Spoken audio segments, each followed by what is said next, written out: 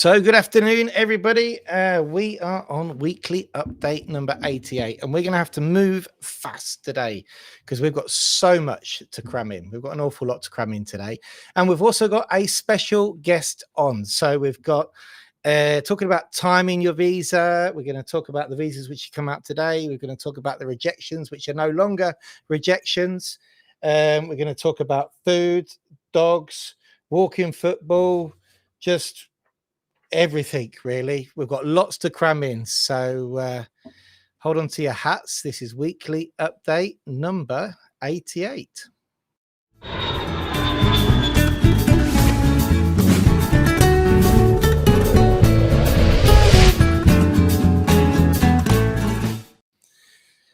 Okay then, so where are we with everything? I'll be honest with you, I've literally just wrapped up about 2 minutes ago. So I'm just opening all my folders as usual. This is great. We're in a live office situation as well, so it's all good. And I think what I'll do first of all then is introduce you to our special guest who's on at least once a month. And I'm always on his channel. Can you guess who it is yet? Hello. How you doing, mate? I'm all right. It's my first time, isn't it? I've never been on this show before. What's it all about? Oh dear me, this is the crazy weekly update. So we've got so much to cram in today. It's unbelievable, but that's good. That's good because I just keep during the week plowing stuff into my folders, and we'll talk about that next week. But it ended up being quite busy. So how you been anyway? Pretty good. I've had to cancel. I had my radio show. You know, I do a radio show as well. Don't know if your guests know that, but every Friday I have to record a new one, and I don't do it live, so that can be a problem. It means I go to somebody's house, I record the interview, and I play a song with them, and then I have to go back to my studio and then edit it all. So it takes an awful lot longer than you'd normally take in a radio show when you're doing it live. You just so. I've had to cancel it tomorrow because I've just got way too much on, and I've got loads of gigs on as well. So. But apart from that, I mean, I'm really happy and healthy. So you know. So for those of you who don't know, this is Scats from U2 Spain. If anybody's new to the channel, can't assume that everybody knows yet and knows us together. So if this is the first time watching this, go to U2 Spain, and it's a fantastic channel all about moving to Spain. And they have some guy on there every 2 weeks talking about residency and lots of other very, very useful information. Absolutely, yes. And a website too, and Facebook group and a Facebook page. We've all got this whole network of social media stuff going on, haven't we? You have. I have the weekly update. This is it, all rolled into one. Yeah, the other day someone said, you're not posting much on Facebook. I don't do a lot on our page. I really need someone to help me, I think, with that, because I never share.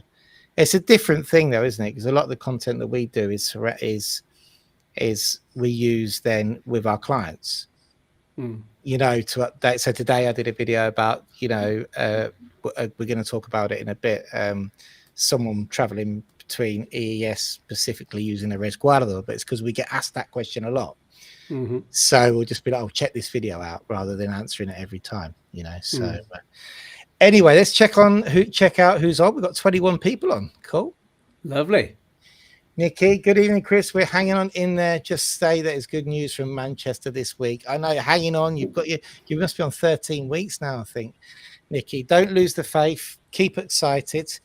Now we have got, let's go. That's a good cue, actually. We have got good news from Manchester because we've had 2 visas out. One, surprisingly, on 79 days, and that was a Manchester to Malaga. And we've had a Manchester to Alicante, which came out on 13 weeks. So there you go, guys. The one which was 79-day one was a single applicant, I think. And then there was a couple on 13 weeks. So they are coming out.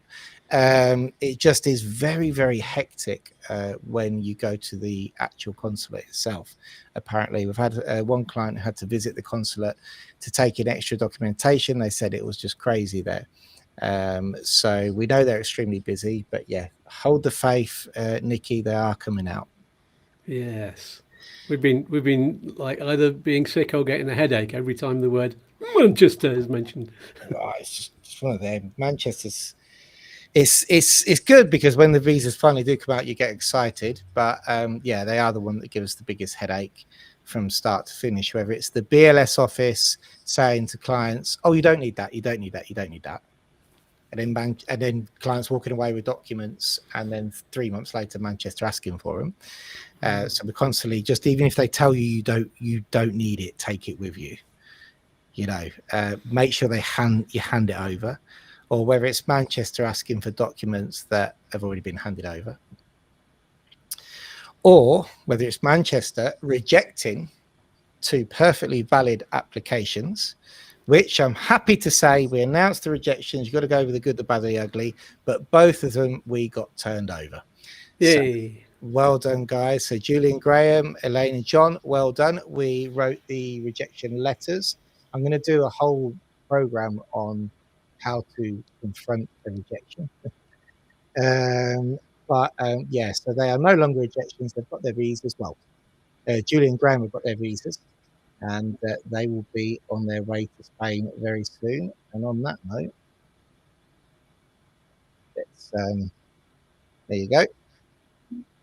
That's Julian Graham outside Manchester consulate, picking up visas after we won the battle. We won the battle.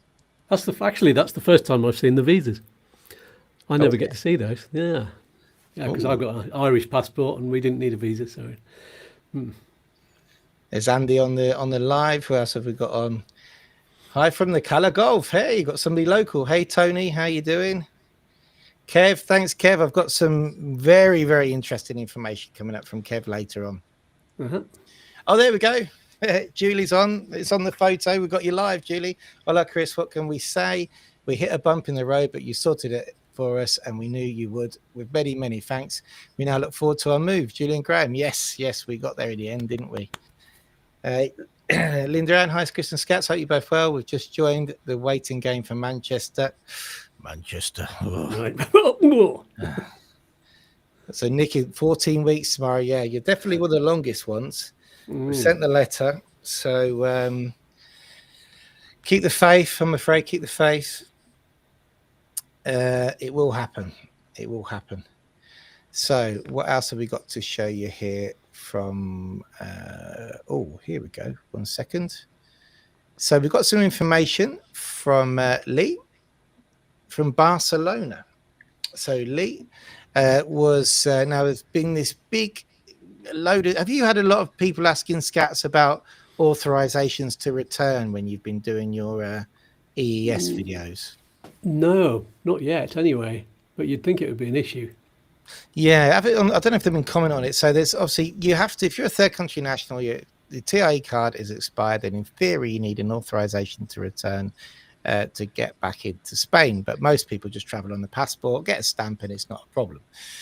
But people are getting them in a belts and braces scenario, and Lee went and got one in Barcelona. So he actually shared an email with us, which I'm going to read out.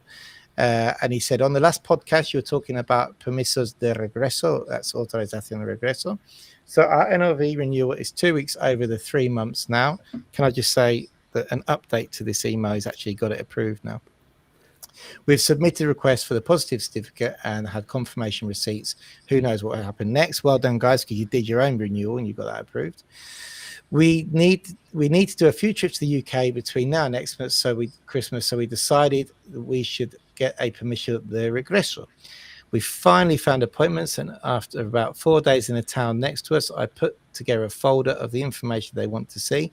The guy at the desk laughed because we had all the documents in the folder. All he wanted was proof of the payment of the fee, an EX13 form, and the front page of the original acceptance of the application back in June. No interest in travel dates at all.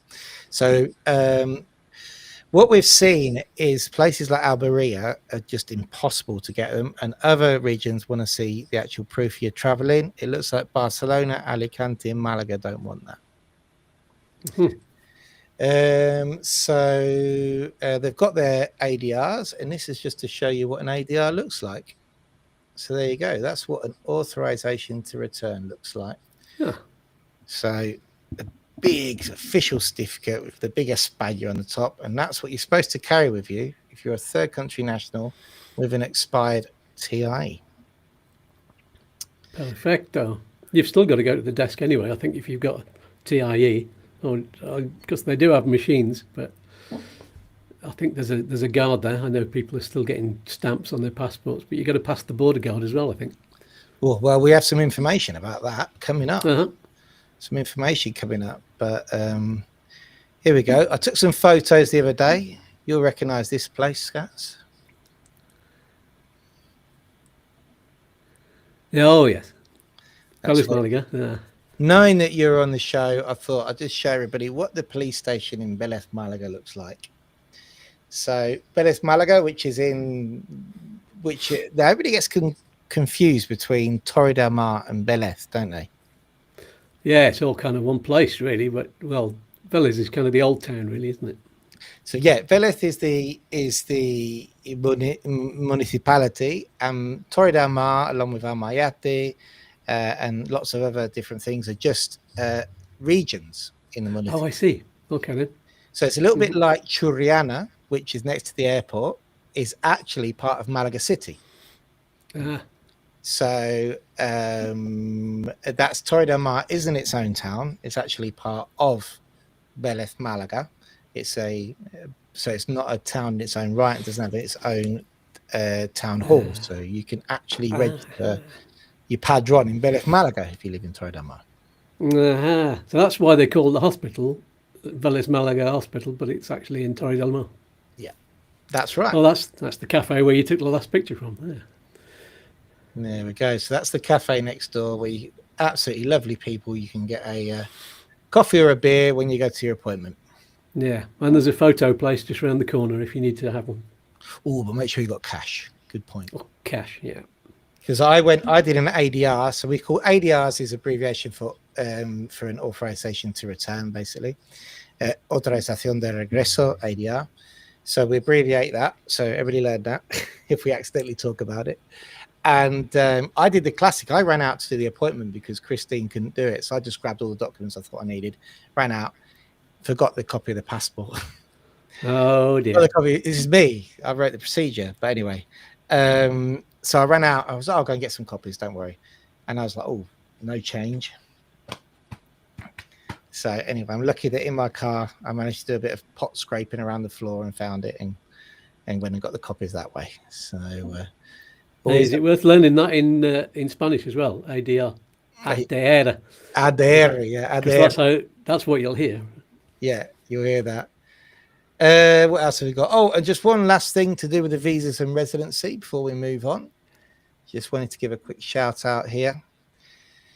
There we go. That's Chris and Linda. Well done, guys. They're there with your Upsticks folders in London. Here we go. That's a smiley one. Applications in.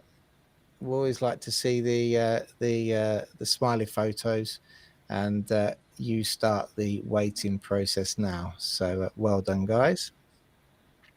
And I think that's all we've got for our residency. What else did I pull out today? What's this here? What's that? That's it. It's an appeal one. That's right. That was the appeal overturning. That's right. So if you get an appeal overturned, that is what your email that you receive. It's not, you think you'd have a little wavy hands and a smiley face, wouldn't you?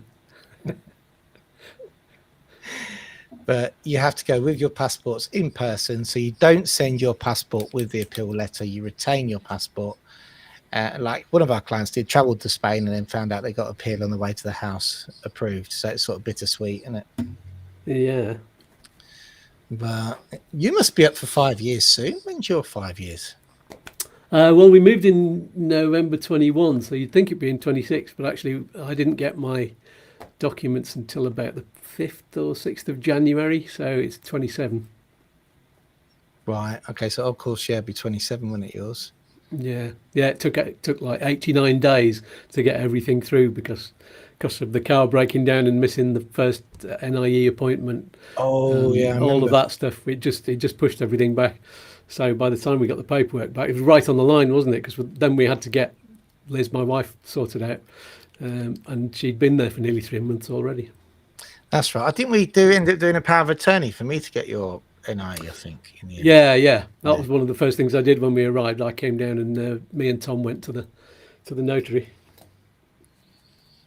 There we go. There's a.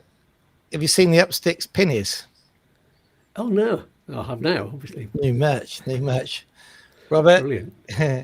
hi from Lanzarote. How you doing? There he is in his pinny. What's the weather like in Lanzarote now?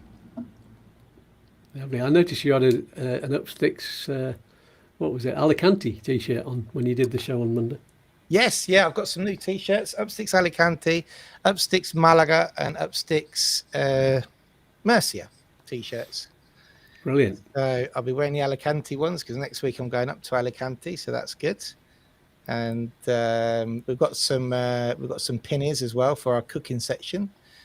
Yvonne says 2 weeks in pulling my hair out. I know, it's so frustrating. It really is. And Kev says all 3 letter acronyms, just use one all the time. ABOP, another bit of paper. Another bit of paper. I had a gig where the sound engineer was one of the performers, and he was in charge of the PA. And I had my stuff and I had to connect it to his PA system. And he just kept saying to me this, what sounded like one word, Eliere. And he was asking for the left cable and the right cable. Eliere. That's all he wanted. I had them in my hands and he was going, Eliere. Which one's which, basically, he was saying. And eventually it just went, Eliere. That's good. But LR, is it derecho y izquierdo? So it was saying it LR in English because they do refer, don't they, to LR because all the musical equipment has LR. It doesn't have derecho DNI, does it? It's all LR. Yeah, it's all the mixing desks and everything are all written in English. Yeah, so that's why they call it this. It's strange how they do that. So LR, where are we now? What next? Let's go to YouTube.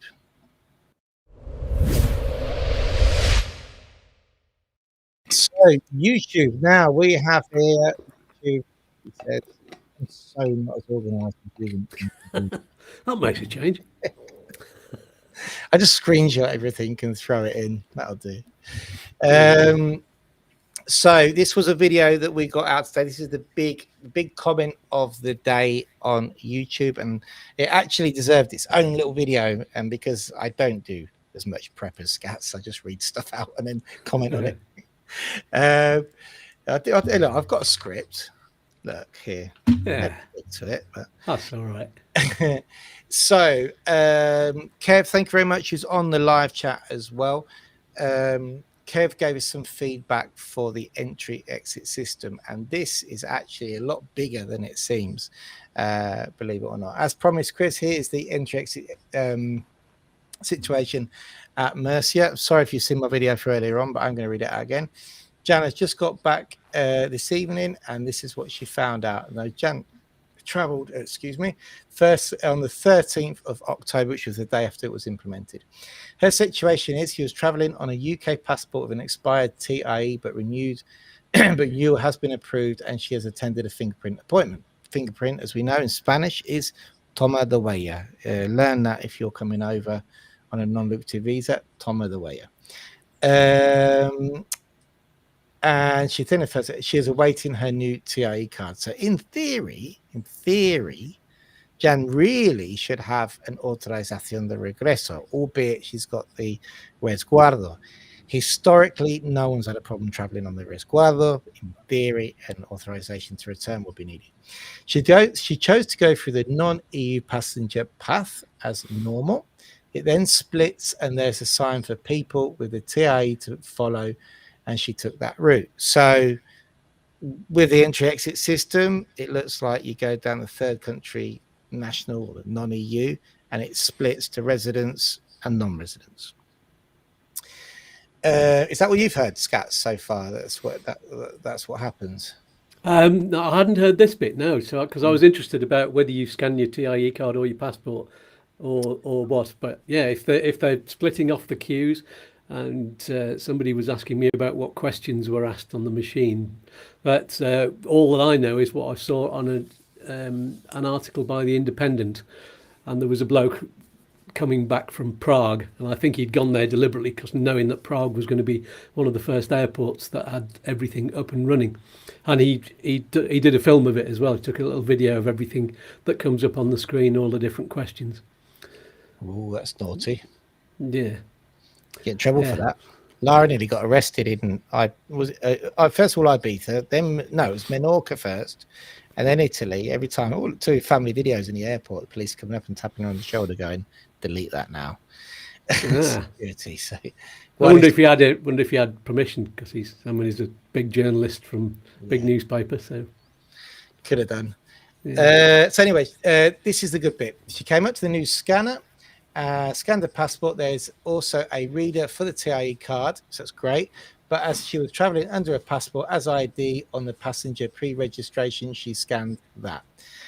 So do residents have to still do a pre-registration then? I thought not residents, no. Right. This is obviously a different queue for residents, presumably. So, yes, there's a sign for people with a TIE to follow. So it splits off into residents and non-residents.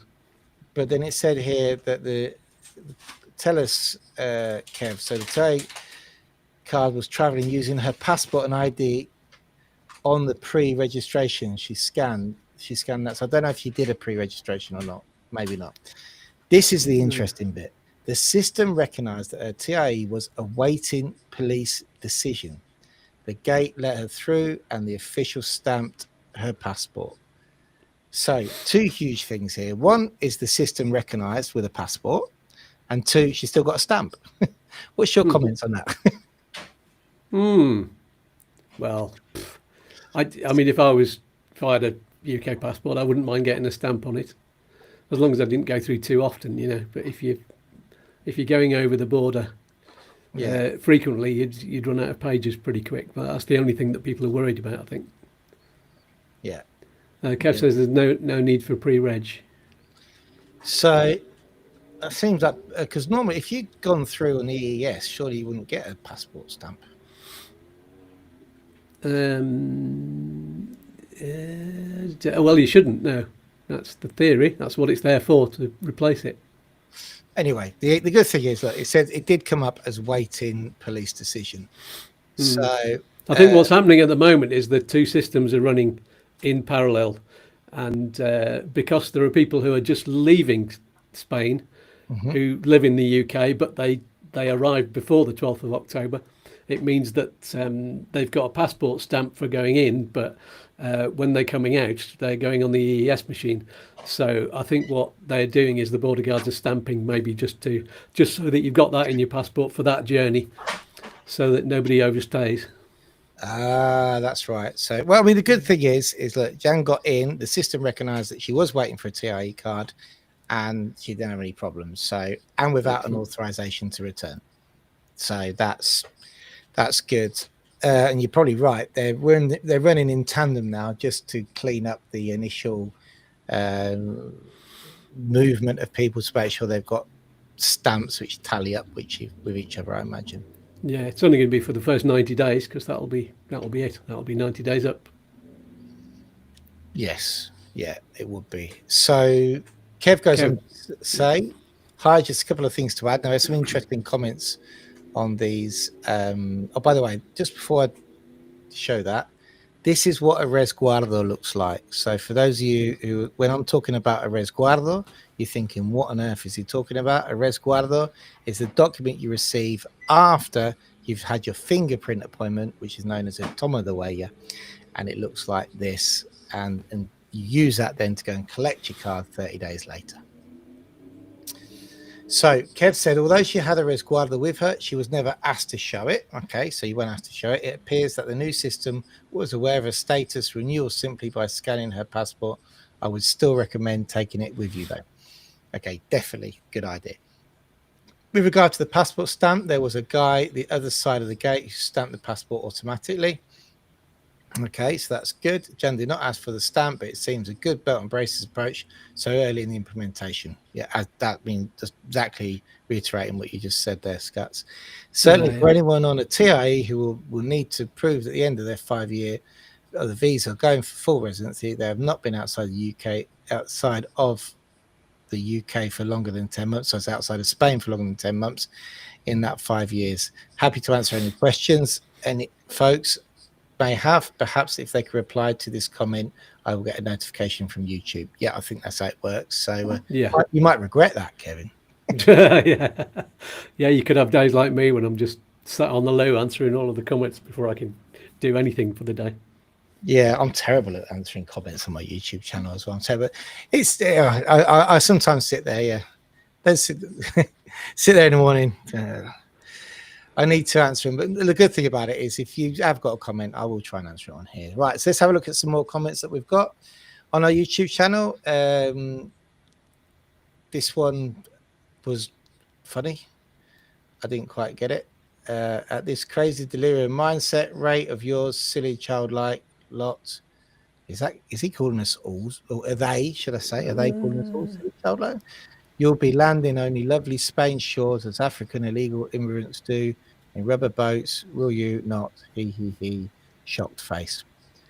I think a lot of people, when I did my video on Friday all about the EES, I got a lot of comments saying, "Oh yeah, it's all about having a go at us Brits. The Spanish are having a go at us Brits, and while we're queuing up and having trouble getting through, there's all these Africans arriving on boats, and they get through fine, and then they end up in 7-star hotels for free."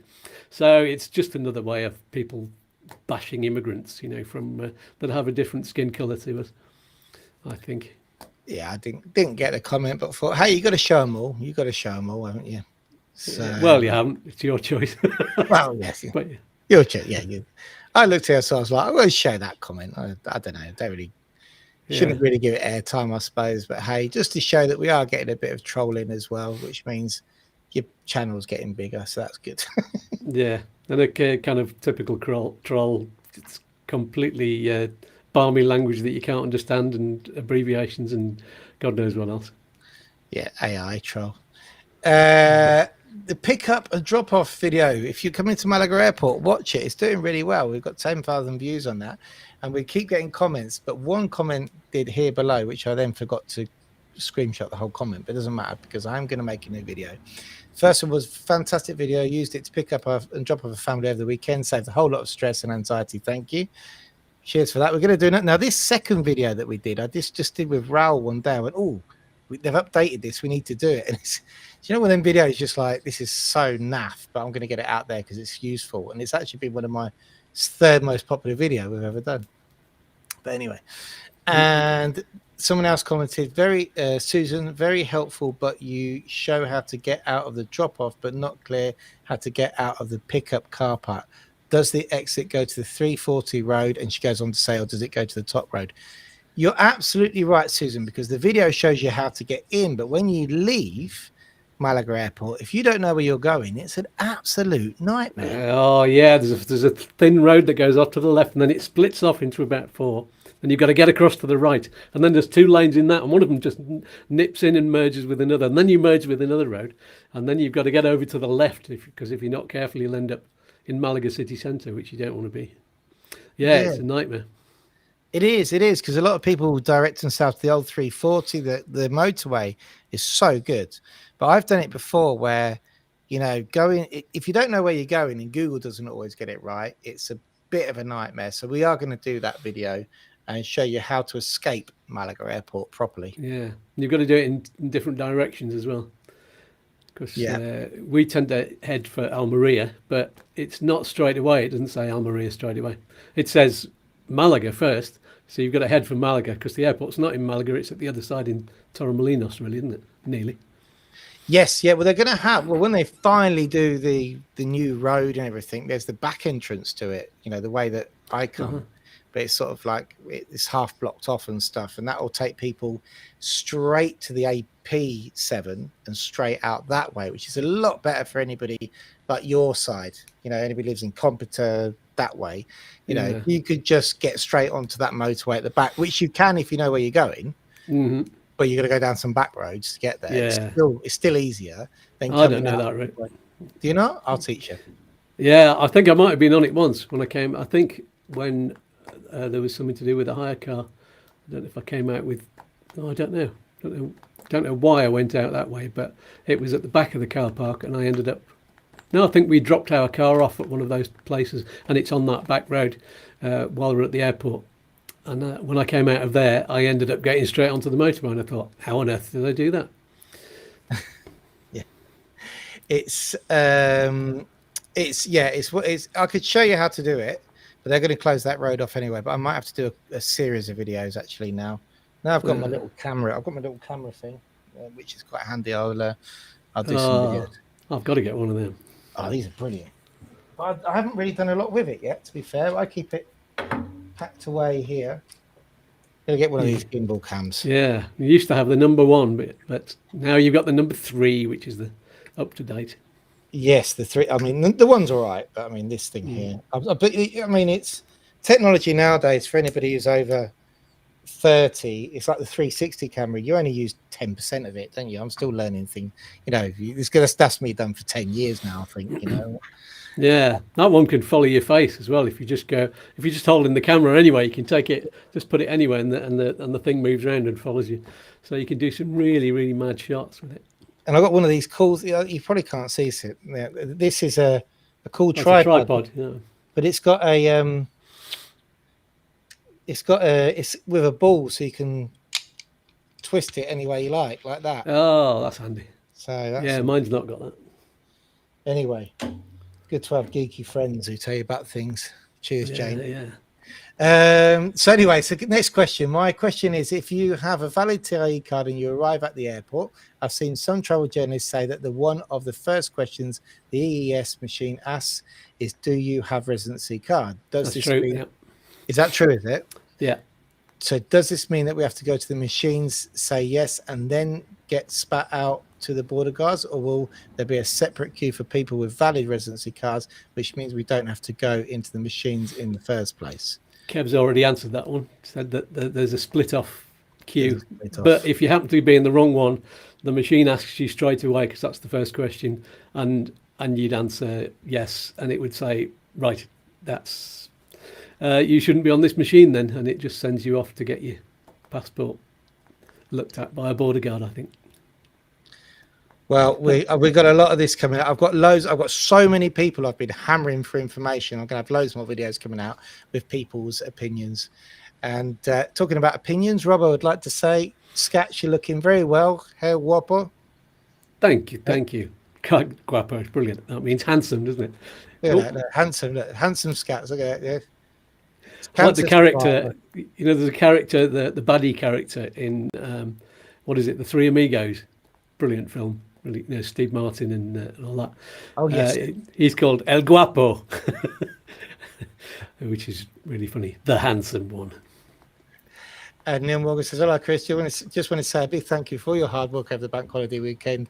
Shh! Don't tell everybody I was working over the weekend. Shh! That's only for you. Shh." No. Cheers, guys. Thanks for that shout out. That's nice. Sometimes you just got to jump on and get things done, haven't you?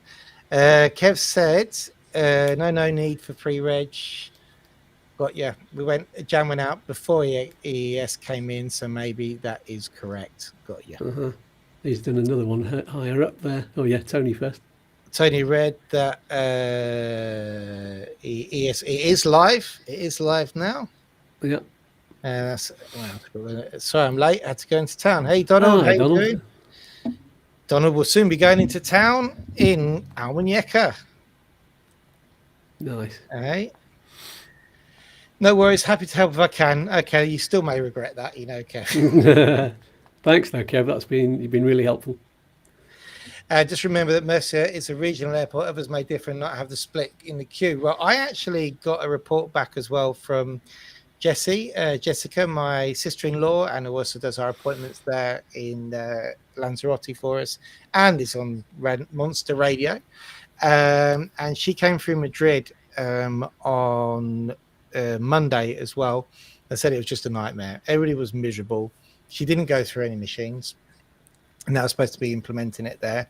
And she came from outside the EU straight into Madrid. She's got a valid residency card, and we just pushed through as normal. So there wasn't really much of a story there, was there? But no, there was only one flight. They announced that there was only going to be one flight that they tested out on first thing on Sunday morning. Oh, really? Yeah, which I think was a brilliant idea. They just pushed one load of passengers through one queue, sent everybody through the normal route apart from that. Oh, that's the wrong thing. Oh, that's a good idea then. So I was like, why are they trying it out on just on one flight, on the busiest airport in the whole of Spain? But if it was one flight, that makes sense. Yeah. Okay, last comment of the day from YouTube is: I'm currently trying to register my Tesla Model 3, but to pass the test, I need a fog light installed on the left-hand side. Both Malaga and Sevilla Tesla said they will not do this. The surface is very, very different from the UK. Still looking for solutions. Any suggestions are gladly received at this point. I have one last option, but that involves buying Chinese lights and find a mechanic to install them. I've never heard of this. So I'd have to have a look at the back of a Tesla, to be honest with you. Now, if it's for change of residence, some region, I mean, you wouldn't want to install a exterior fog light on a Tesla. It'd look awful. But for change of residence, as long as the unit is homologated, you may get away with that. I say may with big M, but that has been done in the past. But certainly for a normal registration, you wouldn't. But I don't know if it's just not a case in a Tesla of they wiring up the opposing gap. You know, in the rear, sometimes there's two spaces, and the UK vehicles only have the one on the right lights up. So a lot of the times we just have to get the electrician to wire up the other one, so it's either one or two. That's interested me, that comment, so I need to do more research into that. But what I can tell you is don't buy anything from China, because it won't carry EU homologation and will definitely not be accepted. They're selling. I've noticed the Chinese companies have been selling the lights, the emergency lights to put on top of your car, and I don't know if they. And it says on the adverts, yes, they're acceptable by the DGT, but yeah, I wouldn't trust that, even though they're a lot cheaper than the ones you can get here. Do you know what, Scats? We need to do that. The show that we do on yours, so Scats live show on a Monday at 6 p.m. Spanish time, 5 p.m. UK time.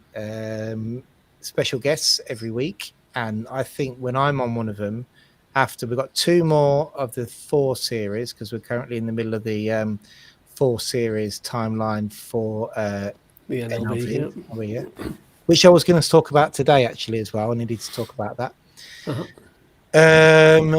And if you've been on the chat waiting to talk about the timeline, don't worry, I'm going to talk about that. But we could do one about the safety rules and introducing the light, because that's soon. Maybe that should be the next one after the series. What do you reckon? Yeah, I think so, because there's not long left before you have to get them. 1st of January next year. It's got to be in your car by then. Let's talk about that. So anyway, here talking about YouTube, and this is the time when our viewers are on, and this is one of the reasons I think why our 6 o'clock shows are going to work, because you can see, for me, it's dark purple. Yeah, dark purple is good. Is that what you see? Yeah. 6 o'clock, yeah. Yeah, I think so. And it tells me to release my videos between 9 and 11 at night, although it does say underneath that sometimes it's best if you get them out a few hours early, and it gives you, and that's as the viewers are joining. So then loads of people watching in the evening. So 6 o'clock seems to be a good one. So if you haven't subscribed yet, please subscribe. If you're watching the channel, you're new to the channel. Only 51% of the people who watch the channel are subscribed. That's ridiculous. We need more subscribers. Please subscribe if you haven't subscribed. This is our rate of subscription is around 100 a month at the moment. So, which I'm happy with. That's not bad. 100 a month. That'll do, won't it? For a channel that sometimes only releases 1 video a week. That's not bad. Mine went down to way below 100 for a bit, but suddenly after my Friday video about the EES, I got loads of subscribers for that, and the whole figures changed. I got the graph just went off into the stratosphere compared to what it's been. It's just been wiggling around like that with a sort of an average number. But yeah, suddenly I've gone into a different set of figures now. Right. Okay. Well, that's this. I need to. I need some more heavy hitting videos. My withdrawal agreement ones always did well. I do need to do an update on that. So now we've had quite a hectic time. Let's say Jane. Oh, let's talk about Jane. Here we go.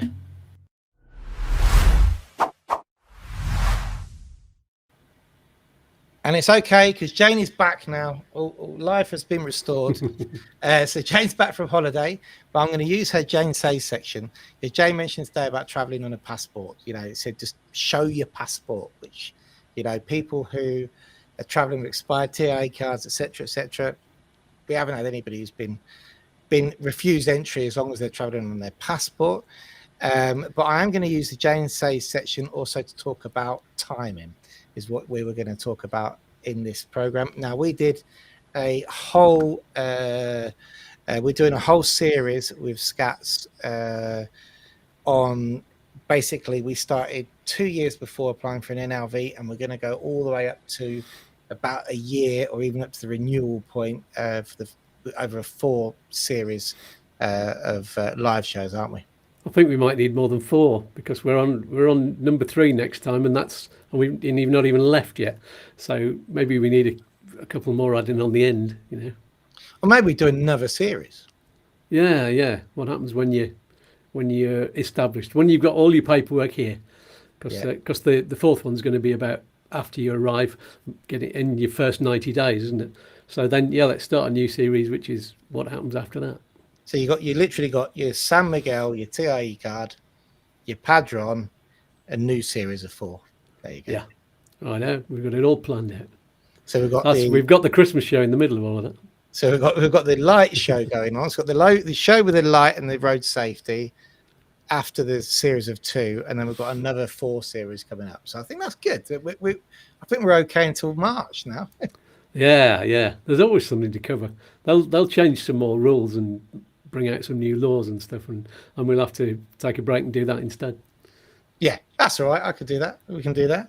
So talking about timing now, I just wanted to have a quick. Now we have got to be quite quick because I said there's a lot to cram in today.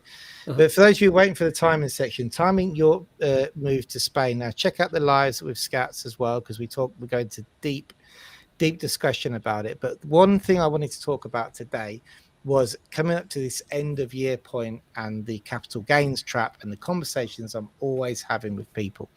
And the 2 things that you need to take into account, because at the moment we've got some it's very nerve-wracking time for people who are selling their properties and already committed to getting a visa. All right, so these are the conversations I'm sort of having at the moment, saying I'm in this stage of selling my property, and what happens if I don't sell it before the end of the year, or can I continue with my visa now? And what you've got to look at is your variables. Okay, so what could happen, and basically your fixed time items on the timeline, as we discussed this the other day, pinning the calendar, etc. But what you've got to be really careful of is basically going hell for leather with all your documents this time of year if you're not too sure if your property is going to sell. And the reason being is if it sells early next year and you receive the money next year and you move to Spain early next year, you could be liable for capital gains, because you're going to spend more than 183 days in Spain's tax year, which is January the 1st to the 31st of December. So if you are starting your visa now with the hope of selling your property, what can you do? Well, just look at the documents. Well, the main thing about it is it's up to you how much financial risk when it comes to ordering documents you are willing to put yourself under. So I've had conversations with people. I've gone, look, if you want to crack on, order your ACRO medical certificate, marriage certificate, put the brakes on, all right, then you're looking at 65 quid each of ACROs, about 15 quid or 30 quid for the marriage certificate if you do it online. Medical certificates can be 100 each, 60 to 100. Okay, so you've already spent the best part of 400 quid on documents, okay, which are your time sensitive documents, which if your house doesn't sell, you won't be able to use because they'll expire. So it's making that assessment as whether is it worth it to you to spend that money, okay, to get those documents in your hand ready to hit the button and go if your house sells, or if it doesn't sell, you go, well, do you know what? I'm going to write off that, but I've got the experience of ordering the documents and I know what to do next time. So it's all about the financial liability. Now, after they arrive, your documents land on your desk, you've got translations and apostilles. Now, I wouldn't suggest that anybody goes ahead with that until they've literally got their money in the bank. Because once you've got your money in the bank, the translations are quick. The apostilles, if you're using a company like we use, can take 5 to 7 months. So really, this whole thing about the timeline is, are you prepared to risk 400 quid? You know, and the other thing you don't do is you definitely don't get your health insurance in place. So at that point at the moment where you're like, I think my house is going to sell, you can risk getting the time-sensitive documents. Don't get them apostilled, don't get them translated, don't get your healthcare, but have it on the table ready to go. As soon as your house sells, hit the button on those things because they're the quickest things to get in place. So Brilliant. There you go. That's my word of advice for today. Excellent. Raoul's online there. Oh, is he? How you doing, my son? Squiddy youngster. Let's have a look here. We've got some. Let's go back to the comments, shall we? Kev said that was only Mercy Regional Airport. Others may differ, but we already said that. We've done that one, yeah. What's that? Oh, that's the one from the Tesla. Oh, maybe we should write to Elon Musk and tell him what's going on with the re-registrations from right-hand drive to left-hand drive. But he knows nothing about his cars. He's just a mouthpiece, isn't he? Yeah, he's a robot, actually. Yeah. He's been called worse than a mouthpiece. Martin Hewlett says, great channel. We'll be getting in contact next year with a view to obtain an NLV for 2027. Martin Mandy. Cheers, guys. Thanks. Keep an eye on the weekly updates. Until then, book a call in whenever you like. The calls are now running nearly in December, but get one booked in. We love talking to people really, really early. Patrick's on from Cochabamba. Hey, Patrick, how you doing? Bolivia. From Bolivia. We have a family member coming from the UK soon who has been prompted to do the €7 ETIAS. Right. Well, Kev, since you're turning into our roving reporter, we now expect a full report back from everybody who comes in. Who on earth is prompting them to do that? Because there's no way that's going to come out yet. And besides, it's not €7; it's going to be €20. Pay it anyway. Tell them that Upsticks will Pay it anyway. We'll cover it. We'll give you €7 back. The system's not up and running yet. Whoever's prompting them to do it, pay it, and it's worth it for the content. Yeah. Find out. Yeah, we'll pay it. We'll pay it, and we'll get it out there. Hi from Raoul. That's my son. He's on. How you doing there? Can I just say, have you put your packed lunch in the kitchen and washed it out and walked the dogs? I'm just asking that now while you're on. Just making sure I'd ask. Hey, good looking one of the family is online. Oh, yeah. Yes. Yeah, I don't know where he gets his looks from because it's not from me. Well, I do. It's his mum, isn't it? Well, that's what Kev says next. Shout out to Kev the Argonaut. All right, now you're hijacking me now. Son's hijacking me. There you go. My beautiful wife. Who is traveling tomorrow? Oh, yeah. Yes, she's traveling tomorrow to Newcastle, so I expect a full report back from Lara. My dad won't be happy. Oscar left early this morning, and the machines weren't turned on at Malaga. So were they not? No EES yet. Well, they weren't early this morning. They weren't. Right. Well, we'll see. See what Lara says tomorrow morning. She's leaving on the first flight out from Malaga, so I've got her there to report back. Right. Next section.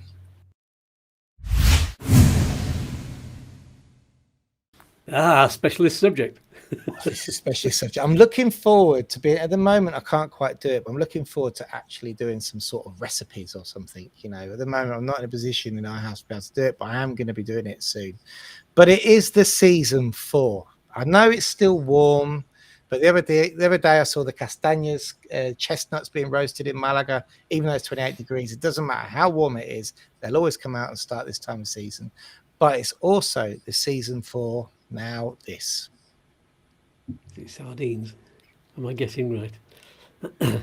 Oh, Snails. snails. No, sardine season has officially ended. Apparently now the sardines you get are too naff to go on an aspetto, and even if you can get offered an aspetto on the beach, you should give it up until next year. So Is it when there's an hour in the month? That's what they say. Stop when there's an hour in the month. do they?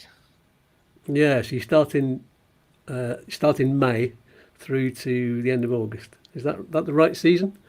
Yes, yeah, but April, May to the end of August, and after that, that's when the sardines start to be imported. Apparently, after that, so that's why they're not the best for the aspettos, because they're not fresh enough. Because when they're imported, they go slightly more blander. So apparently, that's what the fish guy told me. Whether that's true or not, I don't know.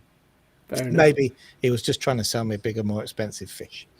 But this is a tapper that I had the other day, because you don't get snails in the summer, but you do in the autumn and the winter.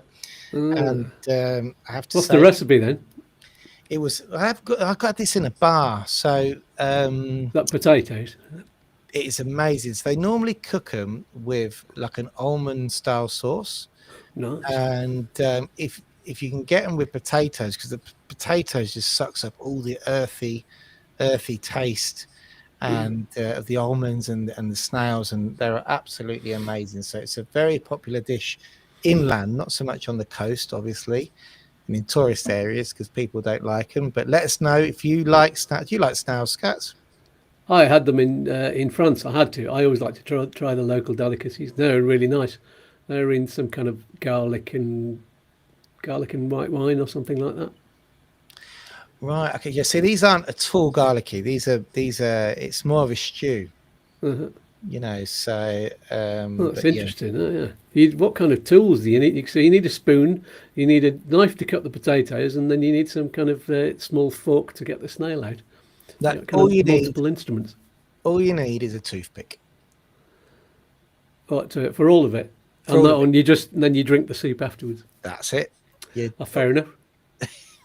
All you need is a toothpick, and if you're slightly more sophisticated, a toothpick and a small fork. I'd probably have to have a spoon, because some of those bits of potato look like they're falling apart nicely. So you've put a fork or a toothpick into them, they're just going to go. I was halfway into it when they decided to bring the fork over, which is quite funny. So were you doing it by hand then? I just toothpicking it, and the lady came over. I see you've already got started. Okay. Yeah. So that was up in the same restaurant, which is called Venta Porrita in Alaurin, which is right down the back, halfway to Alaurin Grande, on the bottom of the golf course area. It's hidden away. I also found this wine on one of their shelves. Right, and it just said La Tasca. Right, just said the Tasca, and it was there was a sweet wine, this wine that just said PX, which I still don't know what it means. And I asked the waiter, he said, I don't know. All right, so I turned it around. I thought, oh, that looks interesting. Let's see, where it was made and what gradient it is and whatever. Well, so I turned I turned it around, and that was the label on the back. Nice. It's all become clear. So, but it turns out, and I did a little bit of investigating, it turns out that there's an old style wine place and bodega in Alaurin Grande. This is off their Facebook profile, and they sell wine straight from the barrel. And I think that's why it doesn't have any labels on it or whatever. It's just been straight from the barrel, how you get it in the shop, and that was it. Job done. They were selling it for $10 a pop in the restaurant. Yeah, they do water, wines, liqueurs, and it's all gone now. Oh, sorry. Yeah, water, wines, liqueurs, and everything. So there's something about Rueda on the label. Is that the grape? Rueda. Let me have a look here. Because I like a lot of Rueda reds. It says on it, Almacenes Las Ruedas SL means the wheels storage house. So that's the name of the company. PX, I'm still don't know what that is. La Tasca is the name of the wine, so I'm assuming that's just the people who produce the wine. Alarino Grande Malaga, that's all it has on the label. Okay. So, and I have to say, because I do like the dry and the very, they have the secos, the wine vino seco here in Malaga, which is really dry and quite bitter almost, and then they have the Malaga sweet wines, don't they? And the Malaga sweet wines can be icky, and if Malaga sweet wine is icky, this was disgusting. Really sweet. I do like the muscatels that you get in, what's that, the oldest bar in Malaga that used to be the police station. It's called, I'll tell you now, gosh, I know that, it's called, we usually call in there just as we park up and go straight there, because it's great when you have a couple of those and then your shopping is brilliant after that. I did a video about it. It's called the Casa de la Guardia. La Casa de la Guardia. That's it. Oh yeah, the police house, of course. The Casa de la Guardia, of course, the police house. Yes, been there. All right, where are we? So we're on to on.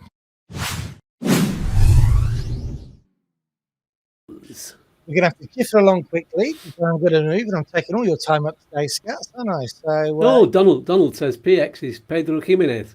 Oh, of course. Well done, Donald. Oh, so that explains why it's so sweet. There you go, Pedro. How do you pronounce that? Jimenez or Jimenez? Jimenez, like Jimenez. Pedro Jimenez. Well done, Donald. So that is Pedro Jimenez. Okay, that makes sense now. And that makes sense why it was so sweet. Well done. Kev says blur snails. All snails. It's it's a bit like a Marmite one, isn't it? Stu, hola, lo siento, late to the party this evening. I have to watch from the beginning later on. Hope everything's okay. It's okay, Stu. We were only waffling on earlier on. Yeah. So, news items. Let me just share this with you. Got my gig posters as well. Have you got them? I've got them. Yeah, I've got them. I've got the old gig. Stop sharing that. Now share. Here we go. So, next week, Upsticks is very proud to be one of the sponsors for the World Nations Cup for walking football next week, along with big people like Homa and Lacasia. You'll be able to see Upsticks up there sponsoring. We think it's a fantastic sport and a way for people to get involved in doing exercise in Spain, especially of our demographic of over 50s, because that's a huge demographic of client that we've got. And this, if you look at the links in the video description, you can check out who is playing who and when. I think we have several people from Computer, not all of them Spanish, are actually on the Spain national team because they've got a really big walking football thing going here. So, yeah, we've got some of the Spain nationals living right here. That's fantastic. So hopefully I'll see them up there. Now, I'm going to be up there. So anybody, if you want to meet up, let me know. YouTube at upsticks.es. I'll be up there. And if any of our clients, any of our viewers want to come and have a photo, I might be walking around with a few freebies as well. You never know. Nice. England are playing Scotland there, top left. Have you seen that? Scotland's like the first game, isn't it? Yeah. So that'll be round. That's for this. So when's that on? That's 21st, which is. So when will I be up there? I won't be up there on the 20th. I'm going to be up there on the Wednesday, Thursday, and the Friday, and I'll be there for the gala meal on the Friday. So yeah, looking forward to that. We've got England Wales playing as well. Oh, there's some big kickoffs there, isn't there? Nice. So there we go. 21st, 22nd, the 23rd. So I'm not going to be up there till the 23rd. But anyway, Spain playing Netherlands. I'm looking forward to a lot of these games. I really am. So I'm looking for England Spain. I can't see any. Oh, yes, England Spain. Let's have a look. Can't see it. England Spain would be good, wouldn't it? Spain Wales. I see. Spain Wales. Yeah. There it is. England Spain. So England Spain is on the 22nd of October at 3 o'clock. 3 o'clock. So that I've got to be there from then. I've got to get there for that match. That's my target match. There we go. England Spain. Got to be there for England Spain. So I'll be getting plenty of content up there. and I will definitely be doing a few YouTube videos and meeting people. Hopefully, get out, come and say hi. Yeah. Whether I wanted to drop into Mercia, but I don't know if I'll get a chance. But let's see.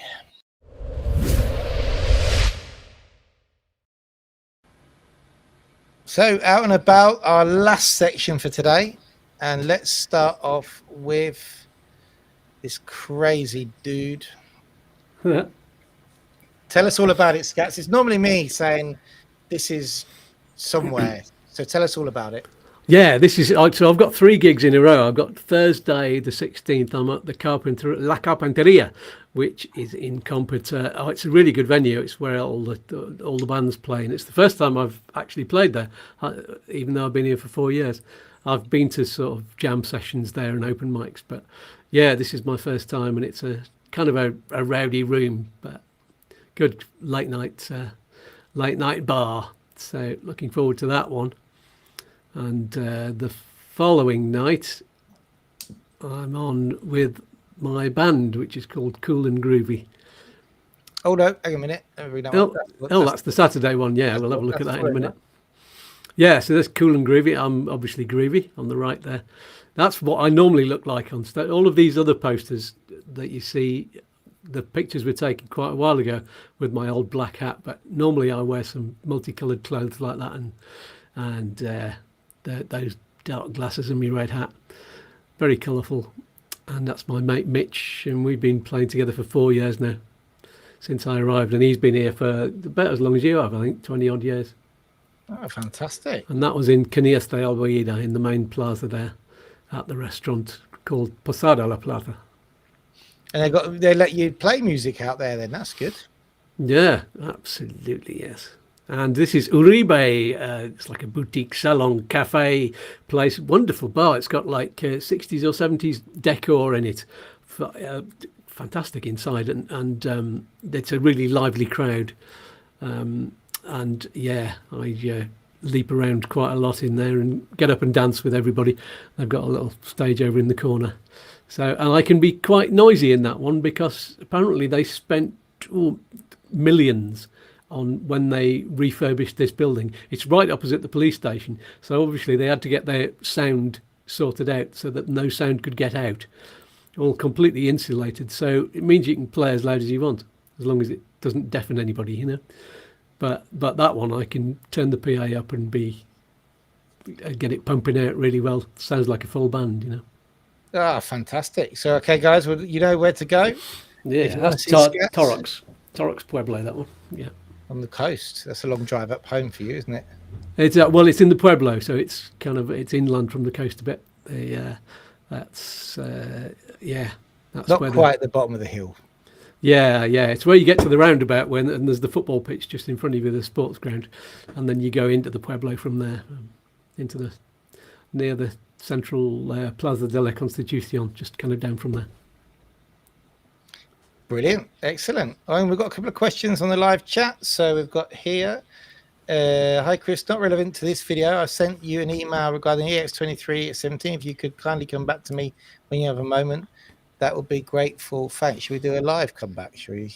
Unless it's only got anything private in it. I'll have a look at the email. It's all about which form you do for the renewal, isn't it? There. And yeah. Oh, I can't see. It might have gone to Jane, or it might have gone through. But I will answer that email. Bear with me because I have a little bit of a stack of emails. I'm getting to them as quickly as possible. And the next week, normal service will resume. We've had a bit of a busy time, but don't worry, I will get to that. And Neil said, hi, Chris. I was advised by Jeremy that as I'm over 65, of age, capital gains in Spain chargeable is different, such as you have 2 years from the point you land in Spain. Please, could you check this? Okay, Neil. Yeah, well, definitely. If Jeremy's giving you that advice as a tax advisor, definitely, speak to a tax advisor if you've got any capital gains sort of liabilities or think you have.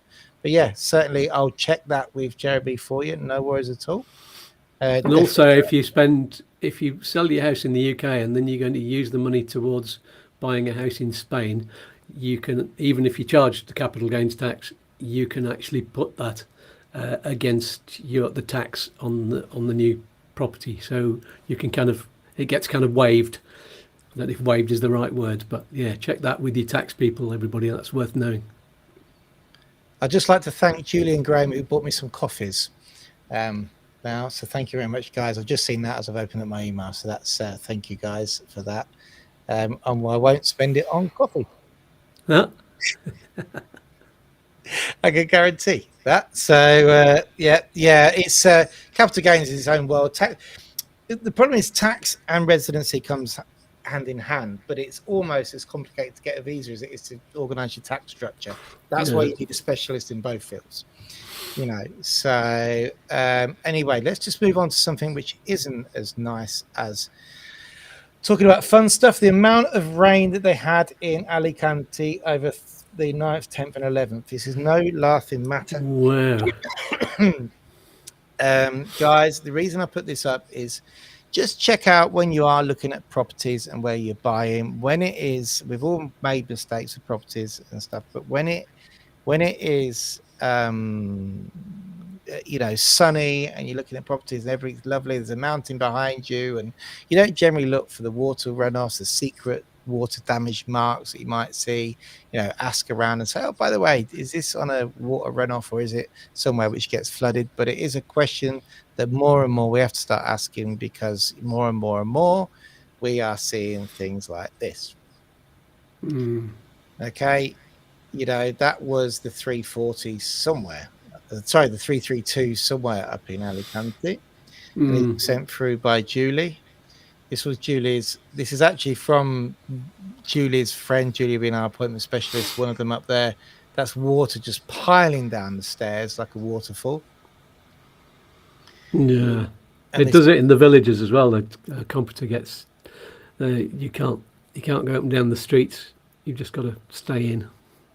Yeah. So, but it doesn't go anywhere near our house, and we're kind of in the campo. We're on the side of a mountain, and we're just not on the runoff. So we're lucky there. Yeah, you just got to be a bit careful where you're buying and what you're doing, and make sure, you know, nowadays, guys. I mean, we had the warnings. I took this photo here, and we had the warnings. You know, there you can see just a viso lluvia, and you can see the skies. I mean, that's a summer's day in the UK, isn't it? And everybody's evidently quite paranoid because of what happened last year, and quite rightly so, in Valencia. And then also, along with those WhatsApps, I was getting pictures like this from Kev. You know, me on a boat. So, you know, so yeah, but when it happens, and it can be quite violent almost, you know. Yeah, and it happens quickly. Yeah. And oh, you know what? We're gonna have to start wrapping up. Just a couple more things to show you. I was on a walk the other day and I found this. Dead snake. Now, what you have to be careful of, snakes, unfortunately, what snakes do is they bask in the sun and then they get run over. So just be aware, if you're on country roads, if you see something that looks like a twig, I'm not saying you should break and crash yourself, but just with these poor snakes. Years ago, not so much now, when I used to do a lot of running, we used to see them all the time squashed, and it's just because they bask in the sun and don't realize the dangers of the cars. Yeah. So there we go. And our last thing, I don't even know if you know this, Scats. Do you know we've got 2 additions to our family? Yeah. Was it kittens?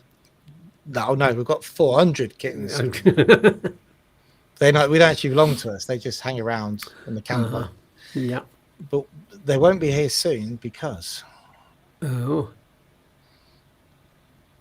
that is Coco and Blossom. Oh, look at them. What breed? They're sort of 4 or 5 dogs that met in a bar up in the mountains somewhere under the sea. Nice. Had children and decided that we don't know. They're rescue dogs. They look related. They look like the same. They're brother and sister. Lara brought them back with us and brought them home. She went and got them from a rescue and brought back 2 girls until we realised there was a little knobbly bit underneath one of them. So it turns out it's a girl and a boy. That's all right. And we're going to do, so I did introduce them last week, and generally I said we'd do a little bit of a doggy update. Well, the doggy update is they're very good at night time, apart from yesterday at 1 o'clock in the morning, but they do like at 5:30 in the morning. That's it. That's them running around like lunatics. Lara deals with that bit. But I was talking about the cost. Now, we're not a doggy family. We are now, obviously. This is our first, quick. Yeah. You learn quick. This is our first experience with dogs. Now, the first thing, you see those collar things we've got on them? I've found those at the weekend because the initial ones that we got were like the strap ones, and they're just such a pain to put on. You know, so the first thing, these are like these sort of all-in-one ones, but obviously these aren't adjustable. So I think they're going to last about a month or two when we'd have to get rid of them. Yeah. But they seem a lot more comfortable for the dogs, and they were €14 each, and they're so much easier to put on. You know, they're just brilliant. You know, just snap them on, that's it, job done. And then, let's do says that Upsticks do poo back. Well, we do now. We're gonna. Yeah. I don't do poo very well, but I'm doing all right. I'm getting there. Now, the first injections, they've got 3 injections to go. First injections cost us €40, and that included the vets. I didn't think that was too pretty bad. good. The flea collars, on the other hand, were €38 each. Yeah, they last quite a while. But they last for a long time. So you can get injections as well that I think are more expensive but last longer, I think. Oh, really? I'll have to look into that then. So, is that for all of us? Is that for all of us or just the dog? Yeah, you could try it yourself. That'd be good. Yeah, I wish you could get mosquito ones. That'd be brilliant. Yeah, that'd be good. And Lara did send it to me, but now I can't find it. So far, we're not actually, because the dogs were from rescues. Obviously, we didn't pay for the dogs. We're not actually that deep into expense yet. Apart from Lara did say. We got sold this because, you know, you always get sold stuff, don't you? Because you don't know what you're doing. And it's give the puppies the best stuff and all this malarkey. And we got sold this stuff by the vets, and it was very expensive. And it's all in English, so it's obviously a very global brand, and it's a cross between soft meat but that one of them weighs 7.5 kilos. They did not care for this very That's a small bag.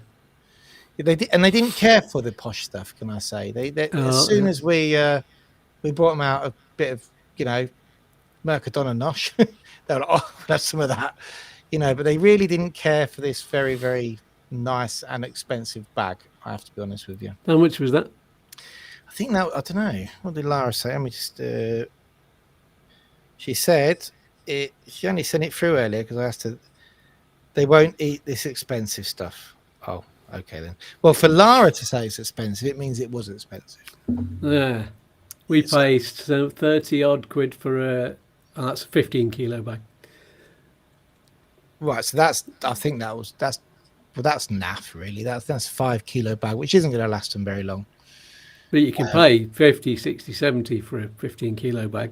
Really? The special ones that are, or you can pay 15 to 20 quid for the Mercadona one, and it's not as good, but our dogs love it. So yeah, same as ours at the moment. They're happy with the cheap stuff, which I don't mind.